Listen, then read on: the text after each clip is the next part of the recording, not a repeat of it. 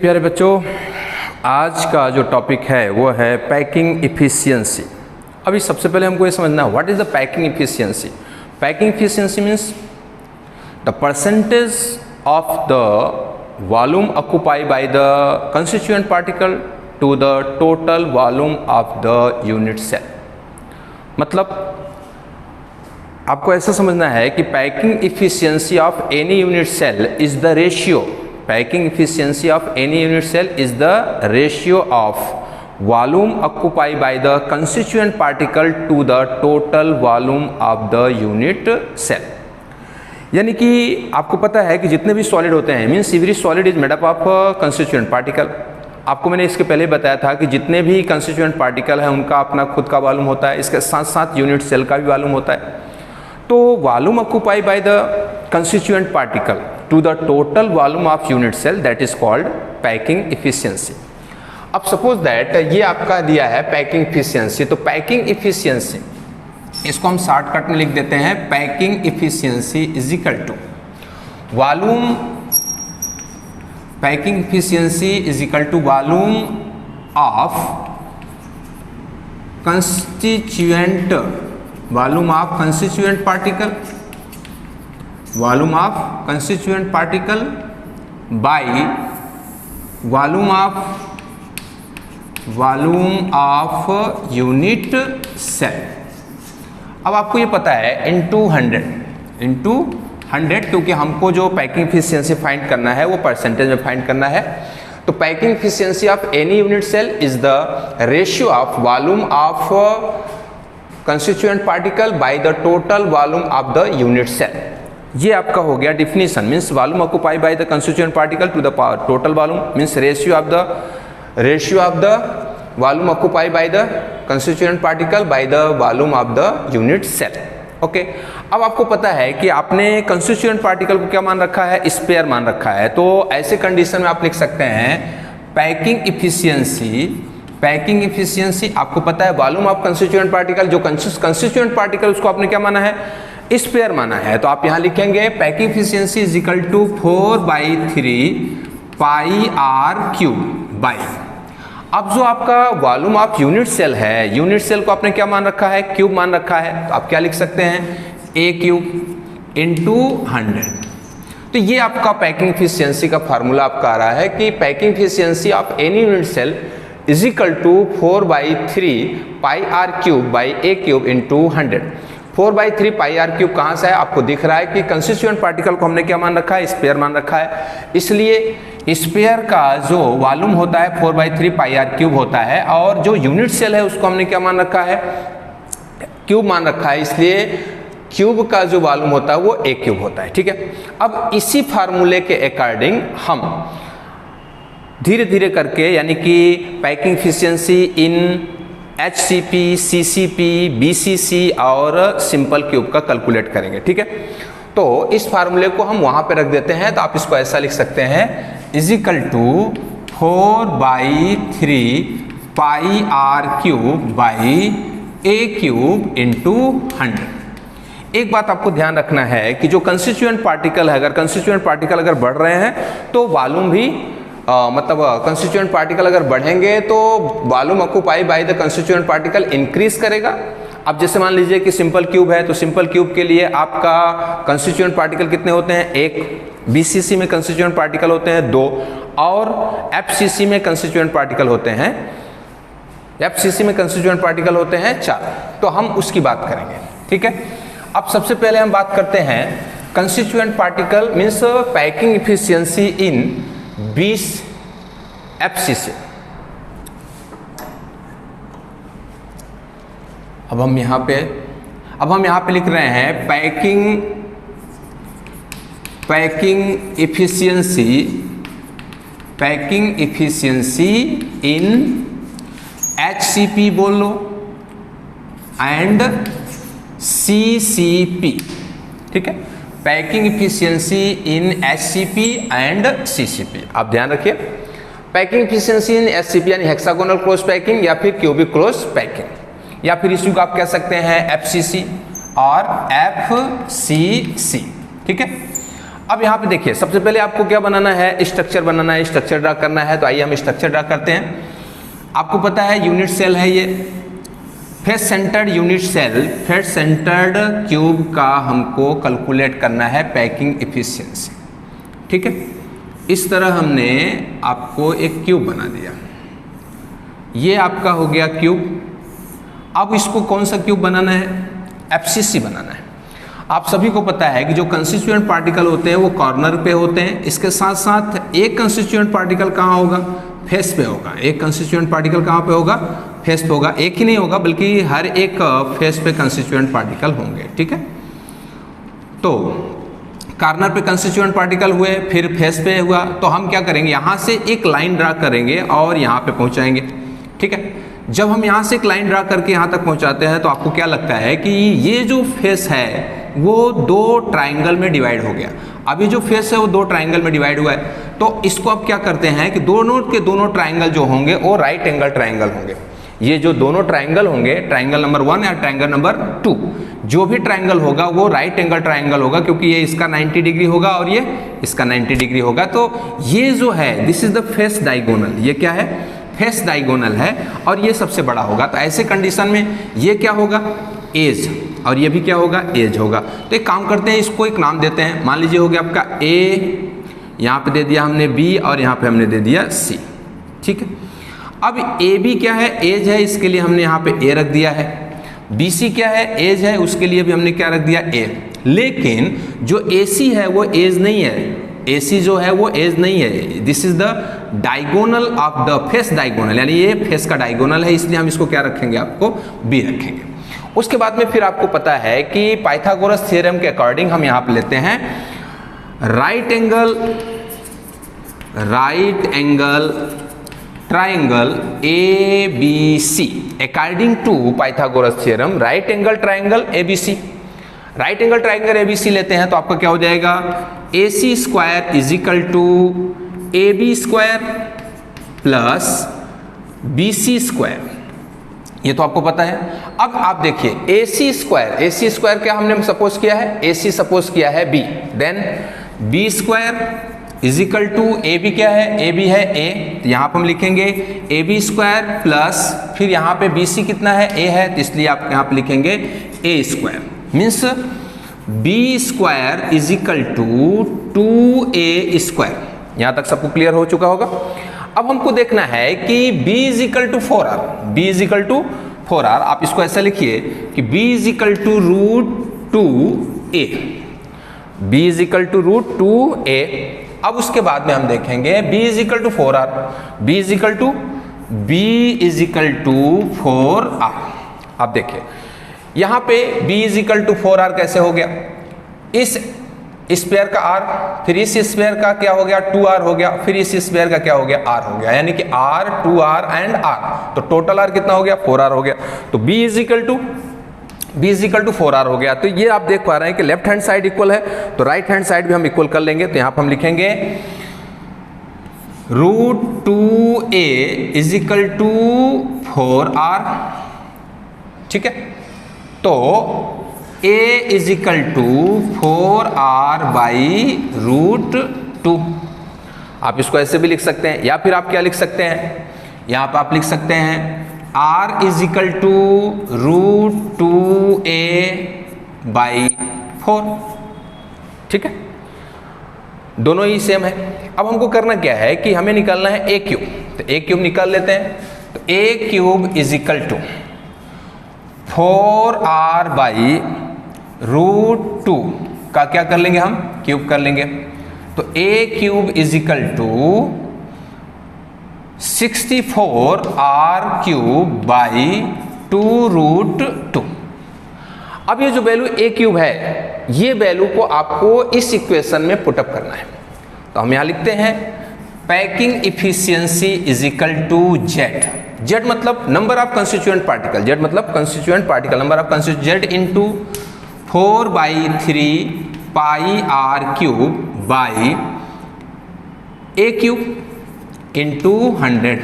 Okay, now आपको पता है एफसीसी में नंबर ऑफ, अभी हमने आपको कल ही डिस्कस किया था कि एफसीसी में नंबर ऑफ एटम कितने होते हैं, 4 होते हैं। तो जेड के प्लेस पे क्या रखना है आपको, 4 × 4/3 pi are cube by A cube के प्लेस पे आपको ये रखना है 64 आर क्यूब बाई 2√2 × 100। ओके, अब हम क्या करेंगे, यहाँ हो जाएगा आपका 16 4 जा 64, फिर यहाँ हो जाएगा आपका 2 कट जाएगा, आपका कैंसिल हो जाएगा।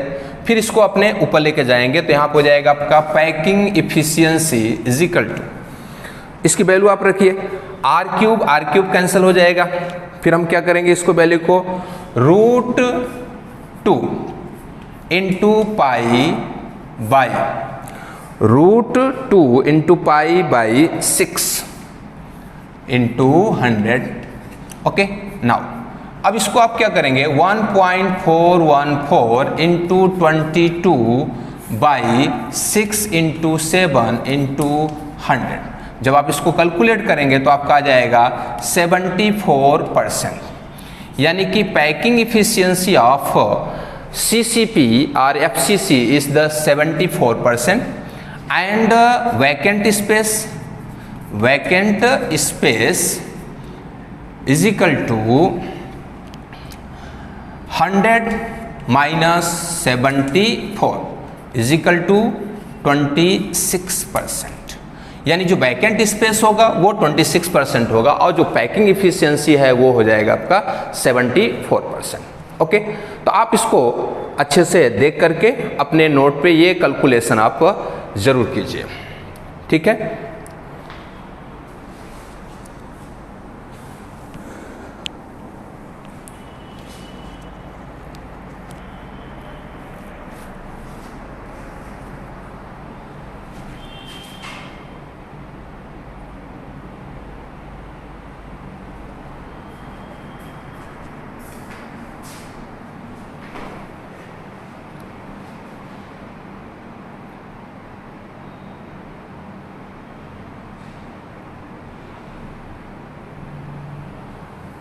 चलिए अभी हम लोग पढ़ेंगे पैकिंग इफिशियंसी इन बीसीसी, ठीक। अब पैकिंग इफिशियंसी इन बीसीसी, उसके लिए आपको पता है कि बीसीसी में Z इज इक्वल टू कितना होता है, आपका 2 होता है। अब बीसीसी को समझने के लिए आपको पता है कि एक एटम कॉर्नर पे होता है, दूसरा एटम क्या होता है, बॉडी सेंटर्ड होता है यानी कि बीच में होता है, और तीसरा एटम यानी कि सारे के सारे एटम यानी 8 एटम कॉर्नर पे होते हैं, यानी 8 constituent particle present at the corner and 1 constituent particle present at the centre. आपको ऐसा लाइन ड्रॉ करना है कि सेंटर का जो एटम है वो आपके कैलकुलेशन में आ जाए। तो आइए हम फिगर बनाते हैं, उसके बाद में फिर हम ड्रॉ करेंगे कि कैसे फिगर को ड्रॉ करना है और उसकी पैकिंग इफिशियंसी हम कैसे फाइंड कर सकते हैं।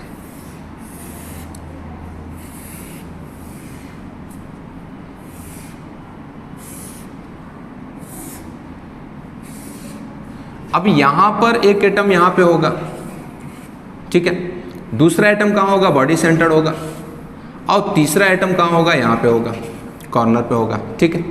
ऐसे कंडीशन में हम यहाँ से लाइन ड्रॉ कर रहे हैं यहाँ तक, इसको आपको लेना है बॉडी डायगोनल, और फिर उसके बाद ये लाइन हम ड्रॉ कर देते हैं यहाँ पे, ध्यान रखिएगा। ये है फेस डायगोनल, ये क्या है, फेस डायगोनल, और ये क्या है, बॉडी डायगोनल। चलिए ये हमने लिख दिया बॉडी डायगोनल, और ये हमने लिख दिया है फेस डायगोनल। ये क्या लिख दिया हमने, फेस डायगोनल। ओके, अब ये राइट एंगल ट्रायंगल हो गया, राइट एंगल ट्रायंगल हो गया। ये जो आपका है दिस इज द ए, मान लीजिए आपका हो गया ए या कैपिटल ए, ये आपका ट्रायंगल बन रहा है कैपिटल ए। उसके बाद फिर यहाँ पर हमने लिख दिया है बी और यहाँ पर हमने लिख दिया है सी। तो ये है बॉडी डायगोनल, ये है फेस डायगोनल, ये आपका है एज, ये भी है आपका एज, ठीक है, और ये भी आपका एज है, और यहाँ पर भी ये भी क्या है, एज है, ठीक। अब ये जो फेस डायगोनल है उसके लिए हमने बी सपोज किया, और जो बॉडी डायगोनल है उसके लिए हमने सी सपोज किया है। ठीक, तो बॉडी डायगोनल के लिए हमने सपोज किया है सी और फेस डायगोनल के लिए सपोज किया है बी। अब हम क्या लेंगे, right angle triangle according to Pythagoras theorem, right angle triangle ABC।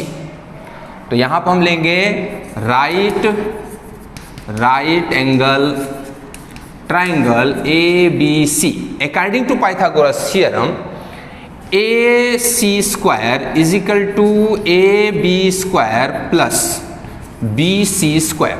Okay, now AC square को हमने क्या सपोज किया, AC स्क्वायर को हमने सपोज किया है C, तो यहाँ पे लिख देते हैं C square is equal to AB क्या सपोज किया है A, तो यहाँ पे हो जाएगा आपका A स्क्वायर प्लस BC को सपोज किया है क्या हमने B, तो यहाँ पे हम लिखेंगे B square.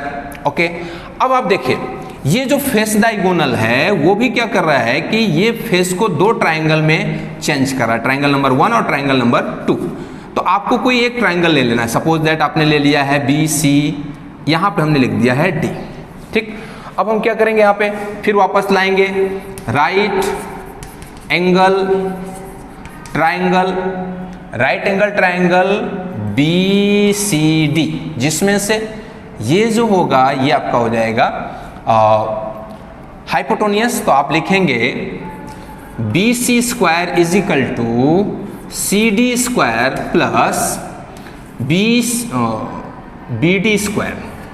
Okay, BC square यानी BC square is equal to BD square plus CD square. ठीक है, अब BC को हमने क्या सपोज किया है, B सपोज किया है, तो यहाँ पे लिखेंगे आप B square is equal to CD है A, तो A स्क्वायर प्लस BD भी आपका A है, तो यहाँ हो जाएगा A स्क्वायर, यानी कि B square is equal to 2A square. मान लीजिए ये इक्वेशन नंबर 1 हो गया और इसको हम लिख देते हैं इक्वेशन नंबर 2। तो इक्वेशन नंबर 2 का जो B स्क्वायर की वैल्यू है उसको आपको इक्वेशन नंबर 1 में पुटअप करना है, यानी now put up the value of B square from the equation number 2 in the equation number 1। तो हम यहाँ लिख देते हैं C square is equal to A square plus B square. Now A square plus, आप यहाँ पे देख रहे हैं B स्क्वायर के प्लेस पे हमको क्या पुटअप करना है, 2A स्क्वायर पुटअप करना है, तो यहाँ लिख देंगे हम 2A स्क्वायर, तो इज इक्वल टू हो जाएगा 3A स्क्वायर। तो C square is equal to 3A square, तो C is equal to √3A। Okay, अब क्वेश्चन यहाँ स्टार्ट होता है कि C is equal to 4R, तो C is equal to 4R। अब कैसे 4R देखेंगे, ये आपको दिख रहा है C, तो इस एटम का A यहाँ तक, फिर इस एटम का क्या हो गया 2A यहाँ तक हो गया, फिर इस एटम का क्या हो गया R हो गया, तो C is equal to 4R। अब आपको लेफ्ट हैंड साइड इक्वल है तो राइट हैंड साइड भी आपको क्या कर लेना है, इक्वल कर लेना है। तो आपको यहाँ पे हम लिख देते हैं √3A is equal to 4R, A is equal to 4R by √3। अगर आपको R की वैल्यू पुटअप करनी है तो आप निकाल सकते हैं R is equal to √3A by 4, मतलब A और R के बीच का ये रिलेशन है, ये भी आप ले सकते हैं। ठीक है, अब हम क्या करेंगे, A क्यूब निकालेंगे, तो A cube is equal to 4R by √3 का क्या कर देंगे हम, क्यूब कर देंगे, तो A cube is equal to 64R cube by 3√3।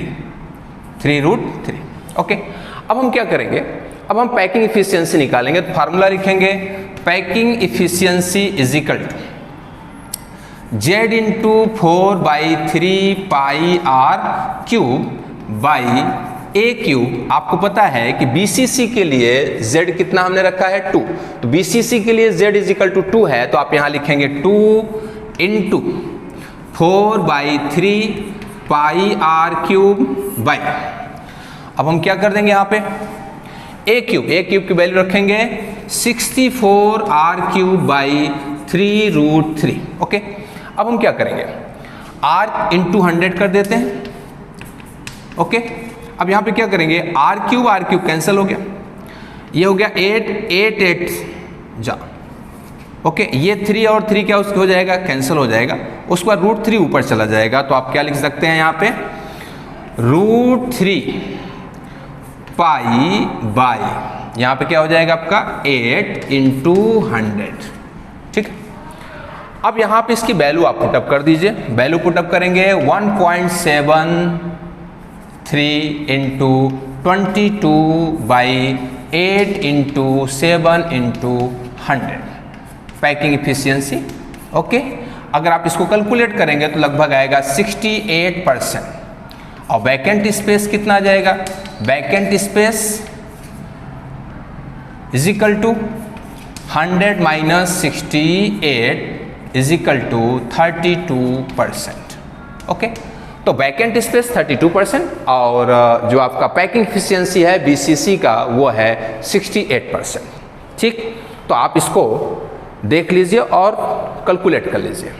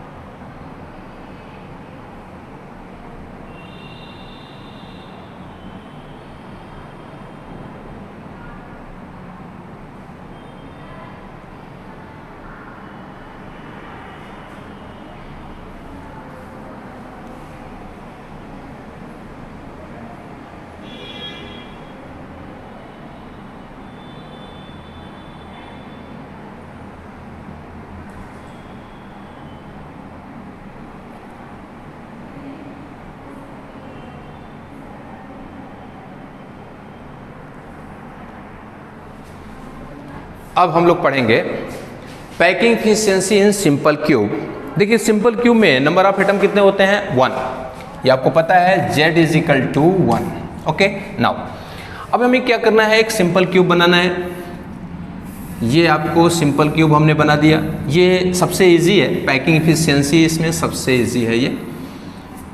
अब यहाँ पे इस तरह हमने क्यूब बना दिया है। ठीक, अब यहाँ पे हमने क्या कर दिया, एक इस कॉर्नर पे आपको पता है कि सिंपल क्यूब में जो एटम होते हैं वो सिर्फ कॉर्नर पे होते हैं, न तो बीच में होते हैं यानी बॉडी सेंटर में नहीं होते, न तो फेस सेंटर्ड होते हैं। यानी कि जो आपका सिंपल क्यूब होता है उसमें जो एटम होते हैं वो कहाँ होते हैं? कॉर्नर पे होते हैं। तो कॉर्नर पे होते हैं, तो ये जो हुआ ये हुआ ए। यहाँ पे कुछ भी नहीं करना है, बिल्कुल सिंपल सा जानना है A is equal to 2R। आपको पता है ये पूरी की पूरी जो एज है, एज इसका R हुआ और इसका भी क्या हो गया? R हो गया। यानी कि A इज इक्वल टू कितना हो गया? 2R। अब डायरेक्ट आप यहाँ लिख सकते हैं A cube is equal to 2R का क्यूब, मतलब A cube is equal to हो जाएगा 8R cube.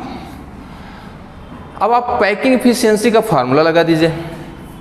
Packing efficiency is equal to Z into 4/3 pi R cube by A cube. आपको पता है सिंपल क्यूब में Z इज इक्वल टू 1, मतलब constituent particle कितने होते हैं? 1 होते हैं। तो आप यहाँ लिख सकते हैं 1 into 4/3 pi R cube by A cube. A cube मतलब 8R क्यूब इंटू 100 यहाँ पे भी आएगा, इंटू 100 यहाँ पे भी आएगा। ठीक है, अब हम क्या करेंगे? R क्यूब को कैंसिल कर देंगे। 4 1 जा 4, 4 2 जा। ठीक, तो आपका क्या आ जाएगा? Packing efficiency is equal to π/6 into 100। π/6, pi ऊपर आ गया और ये जो आपका है 3 2 जा 6। तो अब वैल्यू रख दीजिए 22/6 इंटू 7 इंटू 100। जब आप इसको कैलकुलेट करेंगे तो नियरली आ जाएगा 52.3%। ओके, तो अब वैकेंट स्पेस के लिए आपको क्या करना है? वैकेंट स्पेस के लिए 100 में से माइनस कर देंगे तो ये आपका हो जाएगा सिंपल क्यूब की पैकिंग एफिशिएंसी। यानी कि सबसे लेस पैकिंग एफिशिएंसी होती है सिंपल क्यूब की और सबसे हाईएस्ट पैकिंग एफिशिएंसी होती है एफसीसी यानी सीसीपी या फिर आप एससीपी पे कह सकते हैं। मतलब जैसे जैसे नंबर ऑफ एटम इंक्रीज करेंगे पैकिंग एफिशिएंसी भी इंक्रीज करेगी, नंबर ऑफ एटम कम होंगे तो पैकिंग एफिशिएंसी भी क्या होगी? कम होगी। ठीक है, आप इसको नोट कर लीजिए।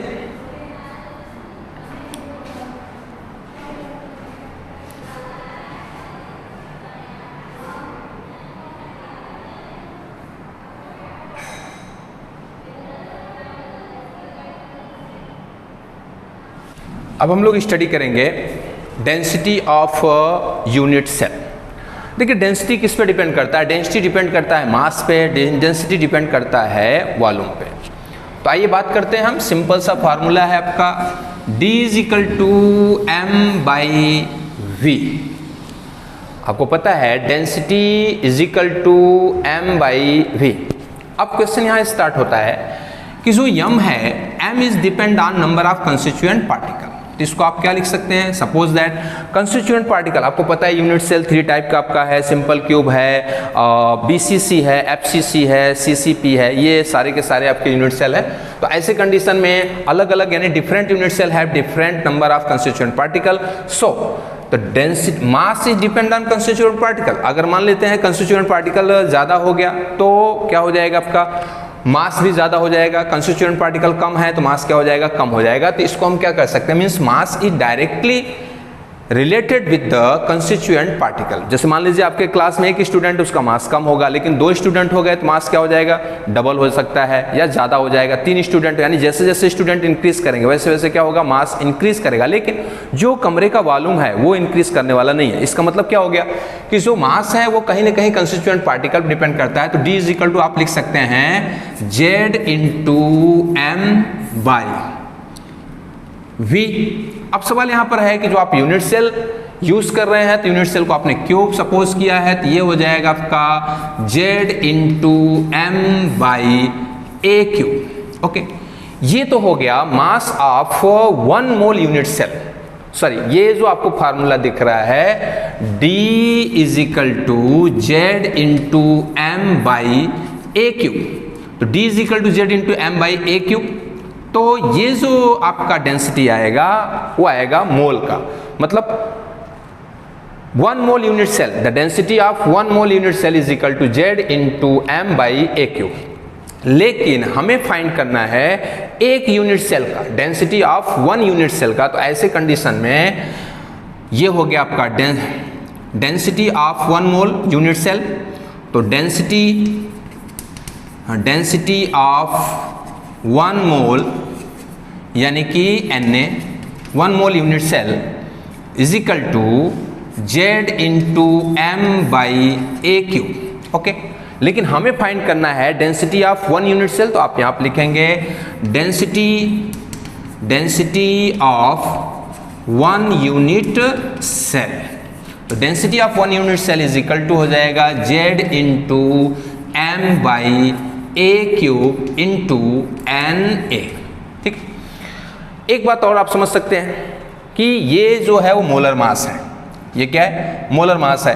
तो अगर आप इसको मोलर मास कहते हैं तो मोलर मास क्या होता है? 1 मोल एटम का मोलर मास होता है। तो 1 मोल एटम का मोलर मास होता है। तो 1 एटम का अगर आपको मास निकालना है तो ऐसे कंडीशन में m बाई Na कर देंगे तो आपको 1 एटम का मोलर मास निकल आएगा। उसके बाद में फिर आप इसको ऐसे लिख सकते हैं। तो ये फार्मूला आपको फाइनली लर्न रखना है। D is equal to Z into m by A cube into Na। ठीक, अब ये Z क्या है? Z is the number of constituent particle in per unit cell. m mass of the यानी m by Na यानी कि mass of the constituent particle. A cube आपको पता है वॉल्यूम ऑफ यूनिट सेल। तो ये आपका हो गया D is equal to Z into m by A cube into Na। एक बात आपको ध्यान रखना है कि जो मास लेना है, मास हमेशा किस में लेना है? m is the mass. तो मास आपको लेना है किस में? ग्राम में। और A लेना है आपको सेंटीमीटर में। मान लीजिए A आपको किस में लेना है? सेंटीमीटर में। ध्यान रखना आपको कि अगर आप m ग्राम में लेते हैं तो A को किस में लेना है? सेंटीमीटर में। अगर आप मास को केजी में लेते हैं तो A को आप मीटर में ले सकते हैं। ध्यान यही रखना आपको। और Na की वैल्यू तो आपको पता है, Na is equal to 6.022 into 10⁻23। Suppose that आपका जब क्वेश्चन कैलकुलेट करते हैं, जब आप क्वेश्चन कैलकुलेट करते हैं तो उसमें होता क्या है कि A जो होता है वो या तो एंगस्ट्रॉम में देता है या फिर आपको पिकोमीटर में देता है। ठीक है। माइक्रोमीटर यानी किसी भी फॉर्म में दे, ए पिकोमीटर में दे, एंगस्ट्रॉम में दे, नैनोमीटर में दे, वो किसी भी फॉर्म में दे, आपको मास को ग्राम में लेना है और ए को किस में लेना है, सेंटीमीटर में लेना है। इस बात को आपको ध्यान रखेंगे, उसके अकॉर्डिंग आप कोई भी क्वेश्चन कैलकुलेट करेंगे तो आपको आंसर प्रॉपर मिल जाएगा। ठीक है, आप इसको फट से नोट कर लीजिए।